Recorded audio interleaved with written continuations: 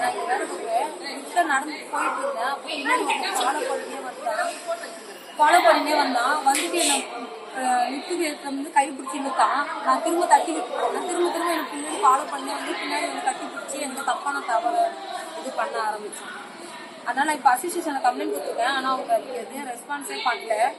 அதனால இப்போ நான் போலீஸ் ஸ்டேஷன். இந்த சம்பவம் நடந்தது எப்படி, எங்கே நடந்தது? இது டி பிளாக்ல 9 மணிக்கு நடந்தது. நீங்கள் லிஃப்ட்டில் வேலைக்காக வந்திருந்தீங்களா? வேலைக்காக வந்து.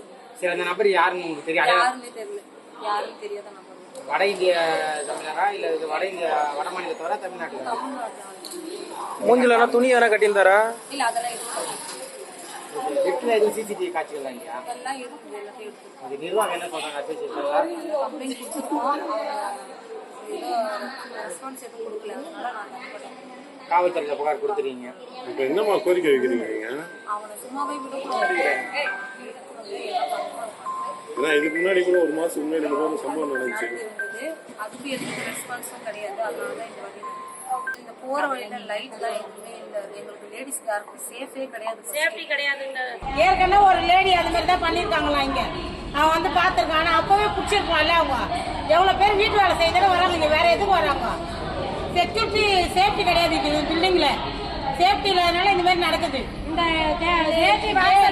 வாசல்ல காலேஜ் வரைக்கும் எங்களுக்கு லைட்டே கிடையாது. எதுவுமே கிடையாது. லைட் போடுங்கன்னு எங்களுக்கு ஒரு பஸ் வசதி வேலை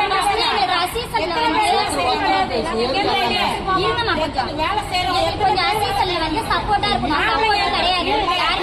ஆம்பளைங்க இருக்கிறாங்க, கூட்டிட்டு போயிடுறாங்க வண்டியில. ஆம்பளைங்க இல்லாத நாங்க லேடிஸ் எப்படி போவோம்? முடிச்சுட்டு போவோம். கேட் வாசல்ல இருந்து அந்த காலேஜ் வரைக்கும் எங்களுக்கு லைட் கிடையாது. இருட்டா கிடக்கு. 6 மணிக்கு மேல அந்த போக முடியல வெளியில. நாங்க வந்து ஏதாச்சும் ஒரு கம்ப்ளைண்ட் கொடுத்தா அவங்க உடனே எடுக்கணும். ஆக்சன் எதுவுமே எடுக்க மாட்டாங்க. அவங்க கிட்ட அப்புறம் எதுக்கு நாங்க வேலைக்கு வரோம்? செய்திகளை உடனுக்குடனும் துல்லியமாகவும் தெரிந்து கொள்ள சப்ஸ்கிரைப் பண்ணுங்க.